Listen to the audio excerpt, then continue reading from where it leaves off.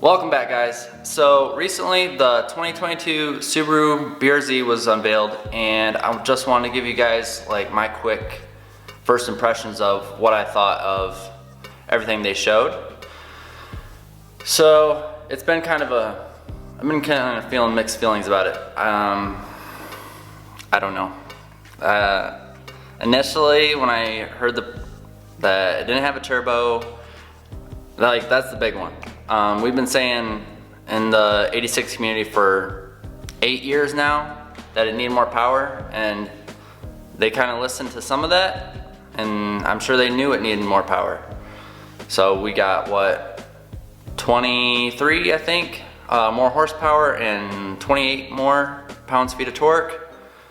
And everything I've seen from people that have driven it, the very first ones, they enjoy it. They enjoy driving it. They feel like it's a much big improvement over the original. But I don't know what Subaru and Toyota is thinking here. We've been saying for 8 years we want a turbo. I'm glad they kept the manual at least. That would have been a big shame, and I think, I don't know, because I'm starting to think like, I don't want to say this, but I feel like it's the beginning of the end for this car. And it's really sad for this community. But I want to wait and see what the 86 looks like.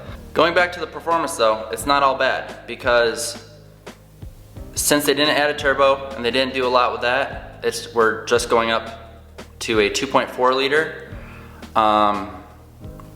They were able to keep the same amount of weight, like just a little bit more. I think it's still like, for the BRZ, it's around 2,800 pounds. So you're getting that much horsepower more with not a huge weight increase. So the power to weight ratio is going to be even better than it was before.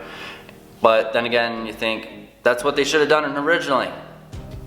So it's like we're getting these things that are good for the car, but then again, these are the things we always wanted and what it should have came with 8 years ago. So with that little bit of added power, they also increased the stiffness, the torsional rigidity, about 50%, I think is what I read.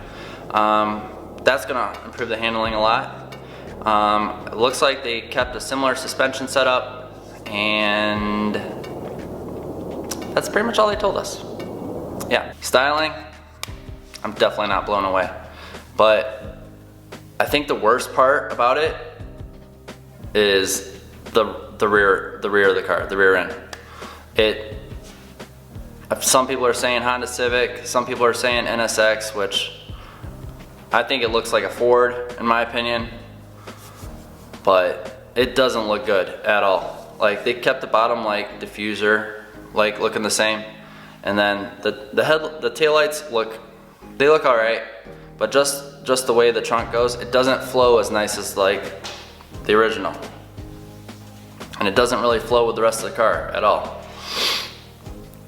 The like side profile is actually pretty good, and I like how on the bottom, like near where the side skirts would be, they made it look kind of like the TRD side skirts towards the rear quarter. And the front end, I love the headlights. The headlights look awesome, but the rest of it, it doesn't seem right. Like, there's too many either angles to it, or it just doesn't flow with the rest of the car. But obviously, this is a big aftermarket community, and it'll be really interesting to see what people, different manufacturers come up with styling-wise, as far as like different body kits and wide body kits, of course. And it'll be interesting to see what this car actually looks a little bit lower. They show it with 18-inch wheels. I don't believe the base comes with that. I think it's still 17s. You have to get like the premium to get the 18-inch wheels, but everyone swaps out their wheels anyway. So we'll see. So my expectations for this were actually pretty low because of all the rumors and things I had already heard. I'm not surprised they didn't put a turbo in it, and if you're hoping they will, they won't. They've had the chance for the last 8 years. There's a turbo in the WRX. There's a turbo in I think the Ascent SUV that they brought this engine over from, or it's not the same engine, but it's very similar to it. But they don't no matter what they say, they don't want to step on the WRX's toes. But I don't know, because like for the same amount of money, I'm sure it'll come in just under 30,000. And if you add a turbo to it, you're stepping on WRX's toes. But in my opinion, if you're planning on getting like wheels, tires, and a turbo, you're basically in the same range as a Supra with a 4-cylinder, the baby Supra. And try putting those together, like head to head. I don't know which one I would pick. But I'm really interested to see what the 86 looks like, and I'm kind of surprised we haven't seen anything from that. But let me know what you guys think.